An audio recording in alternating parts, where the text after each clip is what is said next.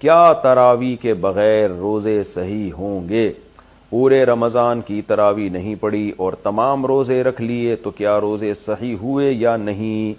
سلیم نسیم، دیکھیں تراویح اگر کوئی نہ بھی پڑھے تو روزے اس کے بہرحال صحیح ہو جاتے ہیں، روزوں پہ فرق نہیں پڑتا، لیکن تراویح سنت مؤکدہ ہے، قابل ملامت ہے وہ شخص جو تراویح کی نماز نہیں پڑھتا، تو اس لیے تراویح بھی پڑھنی چاہیے۔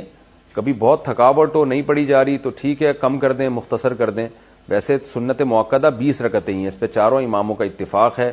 حضرت عمر رضی اللہ تعالی عنہ سے 20 رکعتیں ثابت ہیں، اور شروع میں اسلاف میں ہمیں 16 رکعتیں بھی ملتی ہیں، 20 سے زیادہ بھی ملتی ہیں، لیکن بعد میں جب تحقیق ہوتی چلی گئی تو چاروں امام اس پر متفق ہو گئے کہ کم سے کم تراویح کی رکعتیں 20 ہیں۔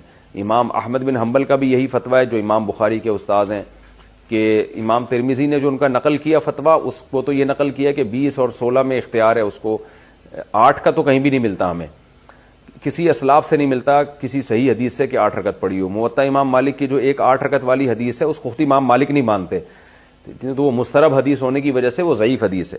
تو موطا امام مالک میں بھی 20 رکعتوں کا تذکرہ ہے، اور بھی ہمیں بہت ساری روایات میں زیادہ تر میں 20 رکعتوں کا تذکرہ ہی ملتا ہے، اس لیے امت کا اس پر اجماع ہو چکا ہے کہ 20 رکعتیں۔ یہ اجماع ہونے کے بعد پھر اختلاف پیدا کیا ہے 20 سے کم، بعض لوگوں نے فتویٰ دیا کہ 20 سے کم۔ تو جب ایک دفعہ کسی مسئلے پر اجماع ہو جاتا ہے تو وہ قطعی چیز بن جاتی ہے، پھر اس میں اختلاف جائز نہیں ہوتا، کیونکہ صحیح حدیث سے یہ بات ثابت ہے کہ امت گمراہی پہ کبھی بھی جمع نہیں ہو سکتی۔ تو اس لیے آپ 20 رکعت تراویح پڑھا کریں، لیکن اگر آپ نے نہیں پڑھتے تو روزہ بہرحال آپ کا ہو جائے گا، لیکن روزے کی اہمیت تراویح سے کروڑہ گنا زیادہ ہے، کیونکہ روزہ تو بہرحال اسلام کا ایک رکن ہے۔ ایسا نہ ہو کہ تراویح نہ پڑھنے سے روزہ بھی چھوڑ دیں آپ۔